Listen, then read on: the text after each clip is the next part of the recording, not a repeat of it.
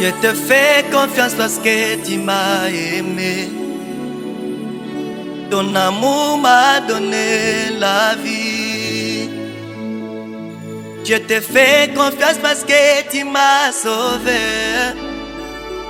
Salut peuple de Dieu, je vous remercie. Nous voici encore aujourd'hui dans une autre émission pour tous vos appels et tous vos messages d'encouragement et que je vous soutienne dans mes prières. Je prie pour vous, pour tous ceux qui me suivent en Londres, en France, aux États-Unis et partout dans le monde entier. Nous voici encore dans une nouvelle émission. La fois passée, nous avons voulu édifier les peuples de Dieu sur la magie dans l'église.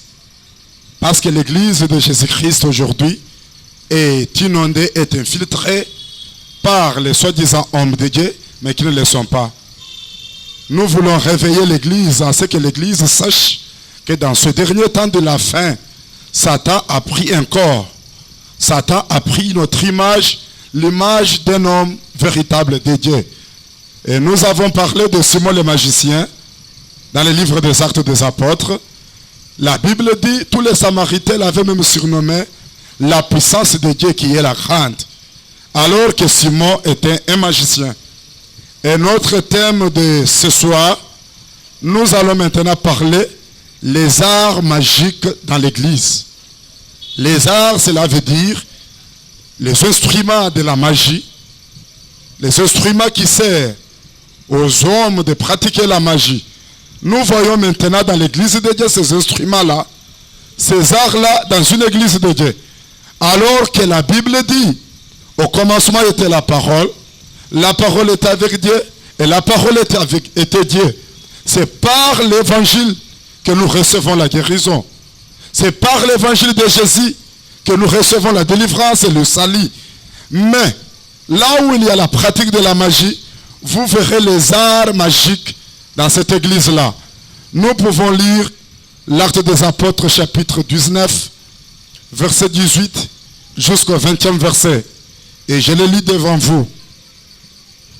La Bible dit, plusieurs de ceux qui avaient cru venaient et confessaient et déclaraient ce qu'ils avaient fait. Et un certain nombre de ceux qui avaient exercé les arts magiques, ayant apporté leurs livres, les brûlèrent devant tout le monde. On estima la valeur à 50 000 pièces d'argent. C'est ainsi que la parole du Seigneur croissait en puissance et en force. Bien-aimés, écoutez ce que la Bible dit. La Bible dit que quand l'apôtre Paul est arrivé à l'Éphèse, il a évangélisé. Il a proclamé la bonne nouvelle de notre Seigneur Jésus-Christ. La bonne nouvelle elle-même, l'évangile de Jésus-Christ elle-même a délivré les gens de l'Éphèse, a donné la guérison aux malades. Mais la Bible dit qu'il y a eu quelque chose qui s'est passé. Les gens qui avaient la magie en Éphèse, les gens qui pratiquaient la magie, pour savoir qu'ils avaient de la magie, la Bible dit qu'ils ont amené les arts magiques, c'est-à-dire les instruments qui leur servaient à pratiquer la magie. Et dans les livres que nous avons lus, on estime qu'il y avait aussi des livres, les livres de la magie, c'est-à-dire quelqu'un qui a un livre, qui la lit comme ça, en lisant la Bible, il pratique la magie. En lisant le livre là, c'est la pratique même de la magie. Là, l'église de Jésus-Christ doit être attentive. Une église qui ne lit pas la Bible, qui vous propose toujours des journaux, des brochures, lisez ceci, lisez cela. Il y a quelqu'un qui a dit, la Bible dit, la Bible dit, cette Bible que nous lisons a été inspirée par le Saint-Esprit de Dieu. Les gens qui ont écrit ont été poussés par la puissance du Saint-Esprit. Mais il y a maintenant des livres partout dans le monde. Toi, chrétien étudiant, toi, chrétien qui est travailleur, n'importe dans quelle société, ne lis pas n'importe quel livre. Parmi les arts magiques, je peux les citer, il y a des livres. Maintenant, Satan initie les gens par la lecture de soi-disant livres. Lis ça, et voilà, tu seras comme ça, et tu vas ouvrir ton intelligence. Lis la Bible, lis la parole de Dieu. Tu ouvriras ton intelligence. Ainsi, tu seras sage. Il y a des livres parmi les arts magiques. Il y a des bougies. S'il y a une église que vous verrez un pasteur allumer des bougies dans une église, pratiquer les bougies rouges dans une maison de Dieu, ma sœur, Jésus-Christ est la lumière du monde. Mon frère, Jésus-Christ est la seule lumière qui nous suffit.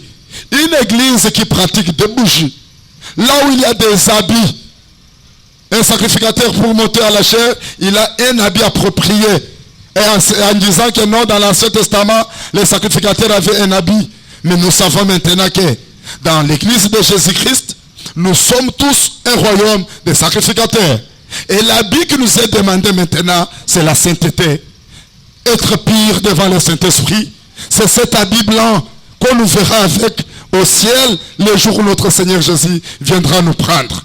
Mais quand il y a dans l'église les pasteurs qui utilisent des mouchoirs, il y a des choses, l'huile d'onction, il y a des choses qu'on pratique, il y a des cannes, un pasteur qui a une canne, disant que Moïse avait la canne, et cette canne-là, aujourd'hui c'est une personne. La Bible dit, il pratiqua la canne si la mer rouge et la mer fendit. Mais aujourd'hui nous avons une personne qui a la puissance, il y a un nom qui sauve, un nom qui délivre, un nom qui enrichit, c'est le Seigneur Jésus. L'ancienne alliance avait l'image. Mais maintenant dans la nouvelle alliance, nous ne marchons pas avec les images. Nous ne marchons pas avec des symboles. Nous marchons avec une personne qui est le Seigneur Jésus. Dans l'église où il y a les arts magiques, vous verrez que le pasteur en a fait une boutique, la vente d'eau. Alors que la parole a créé l'eau. Alors que la parole a la puissance de sauver elle-même. Alors que la parole, l'évangile du salut, a la puissance de donner la délivrance à une personne. Mais quand vous trouverez de l'eau, de l'huile d'onction, vous trouverez des bougies, vous trouverez des habits, un pasteur qui a la canne, qui a un partout là de bois à la main, j'ai guéri avec ça. Il faut que le pasteur ait un chapeau là, et en disant aux fidèles que si tu touches à mon habit, à mon chapeau, non. Mon frère et ma soeur, si vous vous réveillez, il y a des arts magiques maintenant dans l'église. Si nous lisons avec vous Jérémie chapitre 10, versets 8 à 16, vous comprendrez ce que dit la Bible. La Bible nous prouve qu'il y a des arts magiques. Il y a des pratiques de la magie maintenant dans les églises. Il y a des choses qui ne sauvent pas, mais que les pasteurs ont brandi, que les soi-disant prophètes ont brandi. Mon frère, je ne te dis pas que je suis le seul et le bon pasteur dans le monde. Comme Élie l'avait dit que Seigneur, je suis resté seul. Non. Il y a des milliards et des milliards d'hommes de Dieu dans le monde entier. Et il y a aussi maintenant des milliards et des milliards de faux hommes et de faux pasteurs, faux docteurs, faux prophètes. Vous les reconnaîtrez dans des arts, dans des choses qu'ils pratiquent. Ils n'ont pas l'évangile authentique. Ils ne prêchent pas le seul Seigneur et Sauveur. Celui qui a fait les boiteux qui étaient à la porte du temple, appelé la Belle. Jésus, le nom qu'a prononcé l'apôtre Pierre. Il lui a dit au nom de Jésus, lève-toi. Je n'ai pas vu Pierre prendre de l'huile, ou de prendre de l'eau, ou de prendre une canne et poser sur les pieds du boiteux. Seulement le nom puissant. Le nom qui peut te sauver, même là quand tu me suis. Le nom qui peut te délivrer de la maladie. Je parle de loin, mais en me suivant, quand je prononce le nom puissant, le nom qui parle, le nom qui est au-dessus de tous les noms, tous les démons sont agenouillés. Tous les esprits disparaissent. Tous les démons sont engloutis par le nom de Jésus. Mais quand vous trouverez César, écoutons Jérémie, chapitre 10, verset, nous allons lire le verset 8 jusqu'au verset 16.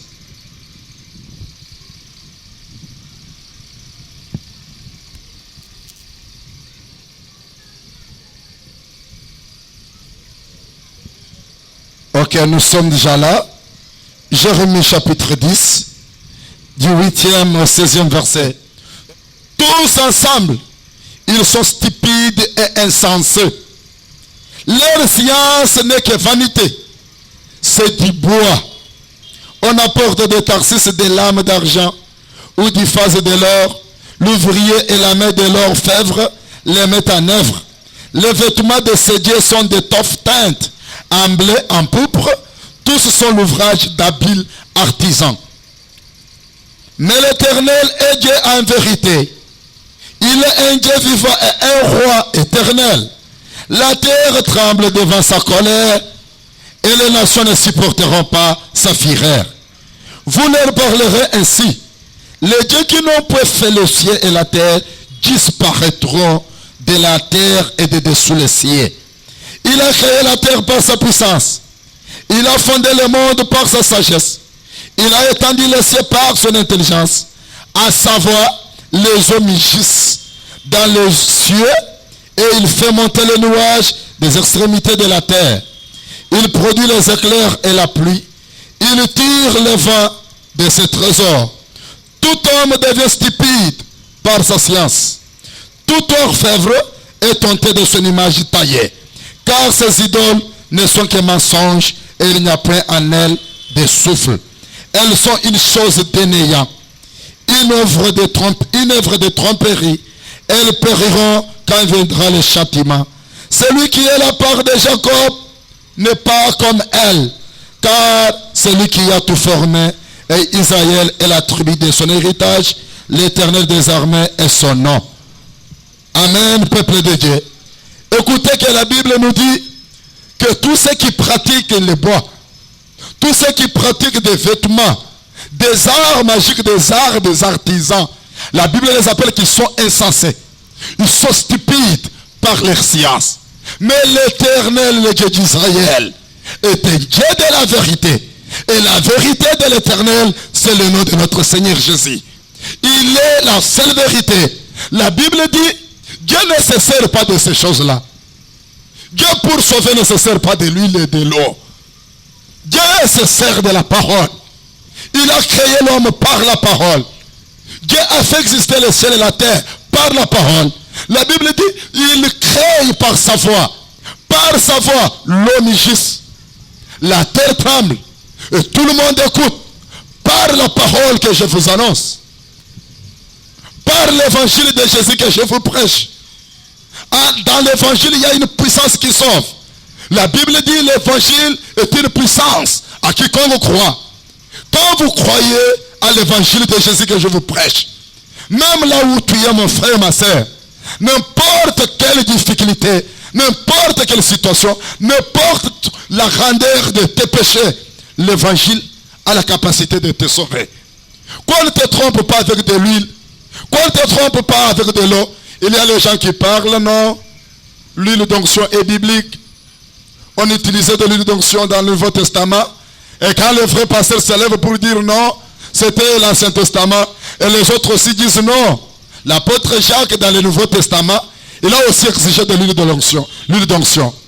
Écoute mon frère, si tu lis là où on a donné la formule de l'huile d'onction, en Exode chapitre 30, si vous lisez le verset 32-33, la Bible dit, il est interdit à une personne autre que Moïse de pratiquer de l'huile. C'est-à-dire l'huile qu'avait fait Moïse. Est-ce que c'est cette huile-là que ton pasteur te donne? Est-ce que c'est cette huile-là que ton prophète te vend à $100, $200, à $50? Non, mon frère. La Bible dit que celui qui fera de l'huile semblable, il sera retranché à son peuple. Sachez très bien, tous les faux serviteurs, les faux ouvriers, les faux prophètes et leurs arts magiques, ils disparaîtront. Ils disparaîtront dans le monde et dans l'église de Jésus. La Bible dit le Seigneur les humiliera. Le Seigneur mettra leurs œuvres de ténèbres à l'abri de tout le monde. Prophète, tu n'es pas caché. Docteur, soi-disant apôtre, tu n'es pas caché. Cesse de pratiquer les arts magiques. Il y a un nom qui sauve. Il y a un nom qui délivre. Je vous dis, mon frère, ma soeur, le Seigneur est venu sur la terre. Je n'ai jamais vu Jésus guérir une personne avec de l'huile. Je n'ai jamais vu Jésus ressusciter Lazare avec de l'huile devant le tombeau. Le Seigneur a prononcé une parole. Le Seigneur a guéri avec sa main et par une simple prière. Et comment pouvons-nous pratiquer de l'huile? Quand Jacques est venu, vous savez que les apôtres eux-mêmes n'étaient pas encore révélés. Vous voyez l'apôtre Pierre qui dit à l'église des païens de se faire circoncire pour être chrétien. Et l'apôtre Paul qui était révélé, il lui a dit non, ce n'est pas la circoncision qui sauve, mais c'est la foi en Jésus-Christ qui sauve. Et on a eu des chrétiens dans l'église, même maintenant, dans votre église-là, il y a un frère qui est incirconcis. Alors qu'en Israël, comme l'alliance d'Abraham avec Dieu, il fallait être circoncis. Maintenant, nous avons une circoncision spirituelle. C'est la même chose avec l'huile. Quand le Seigneur Jésus est venu, le Seigneur a guéri avec la parole, avec la prière. Et Jacques, l'apôtre Jacques, qui est aussi venu avec cette ignorance, il confondait le christianisme et le judaïsme. Il s'est pensé sur le judaïsme pour dire aux gens, allez, compris pour vous pour la maladie et on mettra de l'huile sur vous. Mais le Seigneur qui priait, les apôtres qui ont guéri, les apôtres qui ont guéri les malades, l'apôtre Pierre et Jean à la porte appelée la Belle, la porte du temple.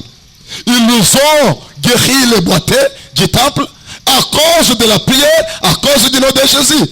L'apôtre Pierre lui a dit, regarde-nous attentivement.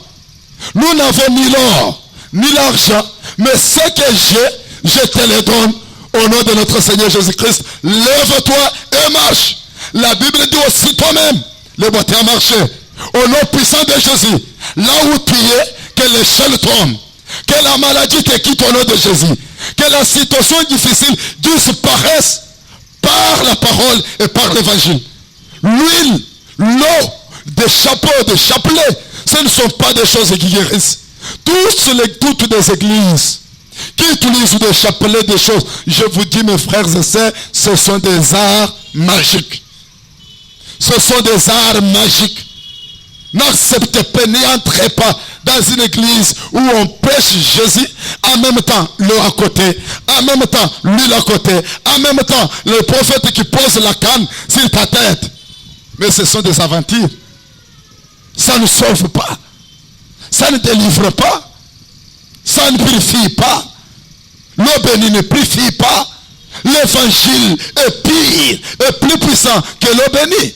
Le Seigneur Jésus dit, vous êtes sauvés et vous êtes pire à cause de la parole que vous avez entendue. La parole elle-même purifie. La parole elle-même sanctifie. Souvenez-vous mes frères et sœurs. La Bible dit, le Seigneur Jésus était dans une maison prêchant l'évangile. Alors qu'il y avait une famille qui avait leur frère paralysé. Ils sont arrivés à la porte pour faire entrer leur frère. Et la porte était tout entière fermée par la foule. Et comme ils avaient la foi que le Seigneur Jésus lui-même a une parole qu'il peut prononcer pour notre frère, ils se sont montés sur la toiture. Pour voir Jésus, ils ont enlevé les tôles. Et en faisant descendre le lit du malade, la Bible dit la première chose, le Seigneur dit, jeune homme, tes péchés sont purifiés, sont pardonnés. Et la foule qui murmurait, qui est cet homme-là qui peut faire pardonner le péché de quelqu'un? Et Jésus leur dit, qu'est-ce qui est difficile? De dire à une personne que tes péchés sont pardonnés? Alors maintenant, je dirai aussi à la personne, lève-toi, prends ton lit et marche maintenant. Le paralytique a marché. Je n'ai pas vu Jésus utiliser quelque chose. Je n'ai pas vu Jésus prendre quelque chose et mettre sur la personne malade. Mon frère, ma soeur, je te viens avec cette portion de l'évangile. Cette portion, j'appelle la portion du médicament spirituel, afin que votre foi grandisse encore. Que votre foi croisse en Seigneur Jésus. Ne vous laissez pas épouvanter. Ne vous laissez pas séduire par ces sortes de arts magiques, par de l'eau, par des choses qui ne profitent à rien, qui ne sauvent pas, qui ne délivrent pas. Nous allons lire le livre de Michée, chapitre 4, verset 5, pour vous donner une conclusion de notre message d'aujourd'hui. Lisons Michée, chapitre 4, verset 5, pour écouter ce que nous dit la Bible.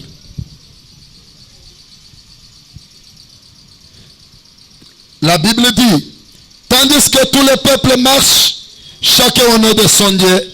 Nous marcherons au nom de l'Éternel, notre Dieu, à toujours et à perpétuité. Il y a des dieux. Chacun marche avec la canne, l'autre avec lui, l'autre marche avec des habits, l'autre avec le chapelet, l'autre avec un cordon au rein. Mais nous, les chrétiens, nous, les véritables chrétiens, enfants de Dieu, nous qui ont crié à un homme qui sauve, un Seigneur éternel, qui a vécu la mort, qui a vécu la maladie, les douleurs de la croix, qui a vécu le péché, le Seigneur Jésus-Christ qui sauve. Nous marcherons à perpétuité et à jamais au nom de l'Éternel notre Dieu. Marche avec le nom de Jésus. Travaille avec le nom de Jésus. Sois élevé avec le nom de Jésus. Sois guéri, ma soeur, mon frère, avec le nom de Jésus. Reçois la promotion simplement par le nom puissant de Jésus. Sois guéri dans ta maladie. Ressuscite-toi, toi qui es mort spirituellement. Réveille-toi de la mort seulement par le nom de Jésus. Marche avec le nom de Jésus. Si tu avais de l'huile, de l'eau, que tu avais reçu d'un soi-disant homme de Dieu, jette-la maintenant. Mon Seigneur Jésus est près de toi pour te sauver. Mon Seigneur Jésus est près de toi pour te délivrer. Que mon Dieu vous bénisse. Recevez encore cette portion de médicaments ce soir. Je vous donne encore notre numéro de téléphone qui est en bas de l'écran. Plus 243 82 30 30 100. Si vous avez un problème, vous avez une situation difficile, même une question à poser, même un magicien. J'ai vu des marabouts qui m'appellent, non, nous allons te faire élever, pasteur, tu seras connu. Je te dis que ta magie n'a pas de puissance. J'ai un Seigneur qui relève. Même toi, magicien qui a aussi un souci de m'appeler pour se repentir, pour donner des arts magiques, je les brille ici à l'église chaque jour. J'appelle des gens avec des chaînettes magiques, avec des bracelets qui se transforment en serpents, avec toutes sortes de choses. Je les brille ici à l'église. Tu peux m'appeler à ce numéro-là, Pasteur KMK. Je vais prier pour toi. Nous allons brûler les arts magiques. Si tu as un serpent, peut-être, ou bien la magie qui te bloque depuis longtemps, et tu as cherché peut-être les hommes de Dieu pour brûler cela et ça n'a pas tenu, appelle-moi. Même si c'est là, vous allez envoyer à l'agence, je vais prendre ça, je vais brûler au nom puissant de notre Seigneur et Sauveur Jésus-Christ. Que le Seigneur vous bénisse. Bye.